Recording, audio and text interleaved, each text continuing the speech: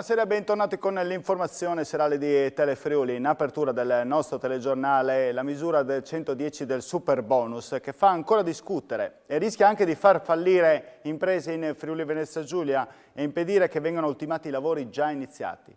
Un allarme che sentiremo tra poco da parte delle imprese, un allarme che viene lanciato anche da quella parte politica che ha tanto voluto il super bonus, ovvero il Movimento 5 Stelle, con Luca Sut che dice le banche hanno in pancia i crediti ma non riescono a cederli e serve una mossa urgente da parte del Presidente del Consiglio, Mario Draghi. Il servizio a cura di Alberto Comisso. Troppe richieste e le banche ora stringono le maglie sui crediti derivanti dai bonus edilizi. Nei giorni scorsi, in cui è uscita la notizia che per il super bonus 110% sono finiti i fondi disponibili, molti clienti stanno ricevendo lettere e telefonate dai loro istituti di credito che li informano che non sconteranno più le fatture dei lavori, in particolare proprio quelli legati al super bonus. Un boomerang che potrebbe pesantemente ripercuotersi su imprese edili e naturalmente sui cittadini. I crediti risultano bloccati in pancia alle banche che non riescono quindi a monetizzare e pagare questi crediti alle imprese. Le imprese si trovano in difficoltà e rischiano di fallire, questo che stiamo dicendo al Presidente Draghi, che si rischia di far fallire delle imprese e avere dei cittadini che hanno la casa con i lavori iniziati ma non finiti. Gli emendamenti vanno verso sbloccare questa situazione, dare modo alle banche di poter cedere questi crediti alle imprese e quindi risbloccare la situazione. Doveva essere un'opportunità, invece il super bonus rischia di diventare una catastrofe per imprese e cittadini. E a dirlo è il presidente di Confartigianato Friuli Venezia Giulia, Graziano Tiratti, nella prossima intervista. Effettivamente si è inceppato di nuovo perché siamo ancora con questi termini che non consentono alle imprese di mantenere la parola data, perché per la mancanza di materiali in particolare e anche per diciamo queste complicazioni, la impossibilità di trasferire questi crediti, ci stiamo trovando di fronte a una nuova difficoltà. Difficoltà accentuata anche dalla dichiarazione resa dal Ministero che sono esauriti i fondi a livello nazionale. Credo che questo non può che creare ulteriore incertezza. Ora, quella che era nata come un'iniziativa che doveva dare lo scossone al settore dell'edilizia, che per 10 anni aveva vissuto una delle crisi più lunghe, ora rischia di trasformarsi in una delle catastrofi più grandi di questo settore, ma non solo per le imprese, ma anche per i committenti, per i cittadini che non vedranno compiuti i lavori da loro commissionati. Chiediamo al governo di riconsiderare tutta questa cosa, anche mettendo in campo questa misura, mettendo in campo dei controlli ferrei per evitare le truffe che ci sono state, ma per cercare di dare una prospettiva alle imprese del comparto, ma anche ai cittadini. La cronaca: sono gravi le condizioni di una 22enne che risiede nell'Interland udinese, che questa notte alle 2:30 è uscita fuori strada a Pozzuolo del Friuli mentre era alla guida della propria macchina. La giovane stava percorrendo via l'Europa Unita, queste sono le immagini, in direzione Udine, quando per cause in corso d'accertamento la sua Nissan Micra ha sfondato la recinzione di una casa e si è capottata. Sul posto sono subito intervenuti i vigili del fuoco che non senza fatica sono riusciti a estrarre la 22enne dall'abitacolo. È stata poi affidata al personale sanitario del 118, si trova ricoverata in gravi condizioni all'ospedale di Udine. La situazione Covid: sono 494 i casi in regione riscontrati nelle ultime 24 ore, 3 le persone decedute, 2 a Gorizia e 1 a Udine, 3 le persone ricoverate in terapia intensiva e 75 quelle ricoverate negli altri reparti. E domani si andrà al voto per eleggere 33 sindaci di altrettanti municipi. Sentiamo i numeri e quali sono le sfide principali nel prossimo servizio, e oggi si sono anche insediati i seggi regolarmente. 33 comuni al voto, 84 candidati alla poltrona di sindaco. Domenica 12 giugno, dalle 7 alle 23, i cittadini saranno chiamati al voto per decidere le sorti di 33 amministrazioni comunali. Verranno eletti nell'occasione 528 consiglieri e 161 assessori. Sfide molto attese, a tal punto che nella nostra regione si sono catapultati alcuni big nazionali per spostare le preferenze, una specie di banco di prova per i partiti che si misurano in vista delle prossime elezioni nazionali e regionali del 2023. La sfida più importante è sicuramente quella di Gorizia, unico capoluogo di provincia coinvolto in questa tornata elettorale. Oltre a Gorizia sono 3 le amministrazioni, Monfalcone, Azzano Decimo e Codroipo, con le possibilità di ballottaggio, previsto eventualmente 2 settimane dopo.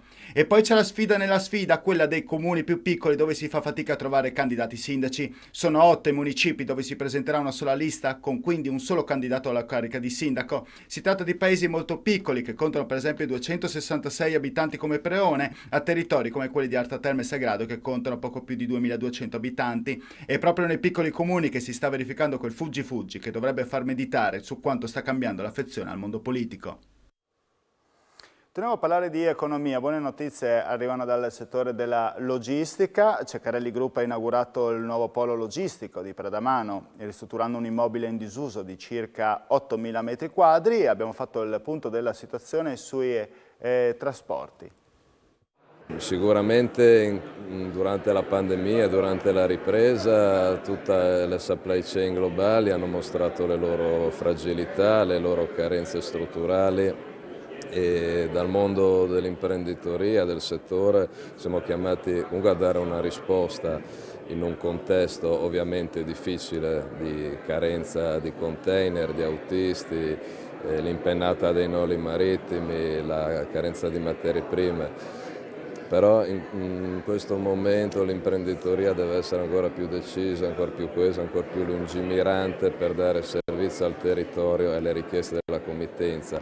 E crediamo che oggi sia un bel esempio sia di imprenditoria e lungimiranza, ma soprattutto di ritorno al territorio con la riqualificazione di un edificio dismesso da anni. La famiglia Ceccarelli e Luca Ceccarelli e la sua squadra è l'ennesima famiglia che dimostra di credere nel Friuli Venezia Giulia. Mi creda, dopo 2 anni e mezzo di disgrazie varie, il Friuli Venezia Giulia sta reagendo alla grande. Ieri abbiamo presentato un importantissimo investimento industriale sempre in Friuli Venezia Giulia, nell'Ausa Corno. Oggi siamo ad inaugurare un ampliamento di uno stabilimento logistico, insomma una regione assolutamente vitale.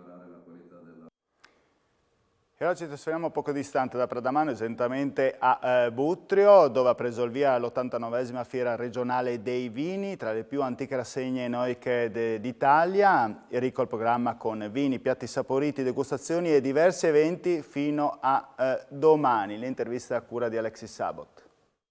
La Fiera dei Vini di Buttrio è un'importante vetrina per il territorio, non solo mette in mostra migliori vini autoctoni del Friuli Venezia Giulia, ma con il suo ricco programma è anche un evento trasversale, capace di attrarre famiglie e turisti che potranno scoprire le bellezze enogastronomiche, paesaggistiche e culturali della regione. Domani c'è il raduno delle auto storiche la mattina, più la cicloturistica per le famiglie, ecco, che faranno la partenza, diciamo così, verso le 9:10 e il ritorno verso l'1, mezzogiorno e l'1.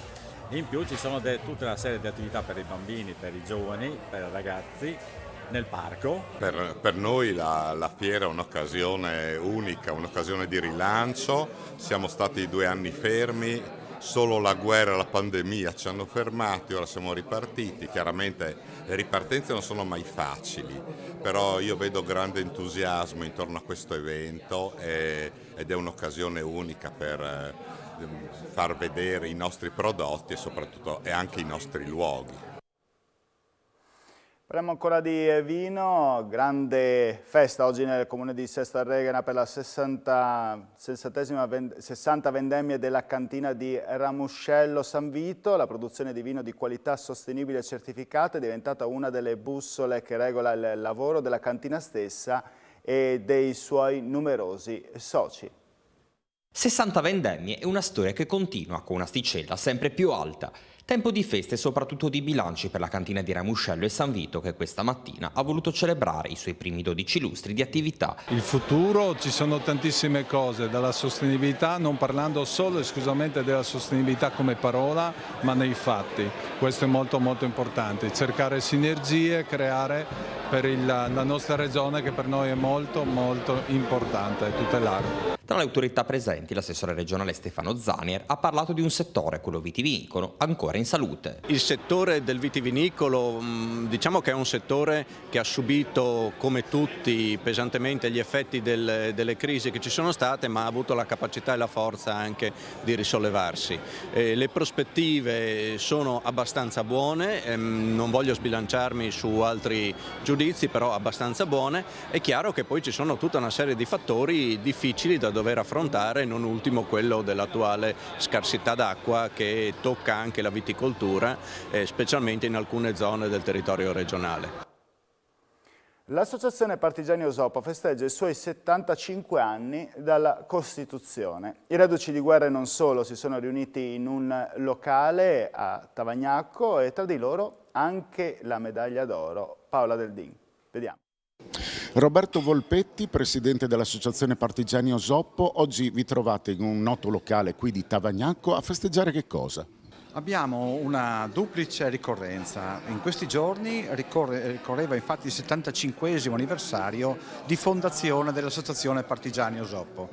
Nel giugno del 47 infatti un gruppo di ex partigiani costituì davanti al notaio l'Associazione Partigiani Osopo. Oggi il direttivo è qui, il direttivo e i collaboratori, per festeggiare fra di noi questo bel compleanno che in qualche modo ci inorgoglisce. Roberto Tirelli, lei è il vicepresidente, quali sono gli ideali della Osopo? Gli ideali dell'Europa sono quelli della libertà, della democrazia, della scelta libera per una società che sia una società dove tutti hanno i loro diritti e anche e soprattutto i loro doveri. Paola Del Din, oggi vi siete ritrovati tra amici, però festeggiate anche un premio che lei ha ricevuto. Quale? Ma il grande ufficiale della Repubblica Italiana, tutto qua. Ma non so che cosa ho fatto poi in modo particolare per meritare un premio, perché io ho già avuto le medaglie, quella è stato per me il massimo ricompensa. Comunque sono contenta di aver ricevuto anche questa onorificenza perché non l'avevo cercata e mi è stata data e io ringrazio. E oggi vi ritrovate tra amici? Oggi ci troviamo tra amici e ho mangiato molto volentieri polenta e frico. È ripartito questa mattina il collegamento marittimo Marano-Lignano, presente alla corsa inaugurale della stagione 2022 al porto di Marano l'assessore regionale Graziano Pizzimenti, il vice sindaco di Marano Sandro Ceccherini, Emilio Coradazzo di Arriva Udine TPL FVG. Da Marano-Lignano, insieme ad altri servizi di TPL marittimi e via Gomma e via Ferro, collegano le aree di lingua tedesca fino al mare, ovvero Lignano, Grado, Trieste, consentendo di valorizzare anche l'entroterra.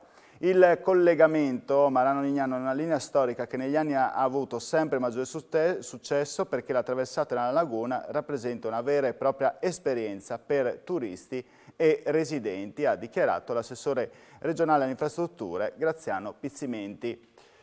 E questa era anche l'ultima notizia. Vi ringrazio per la vostra cortese e fedele attenzione e vi auguro buon sabato sera a tutti. Arrivederci.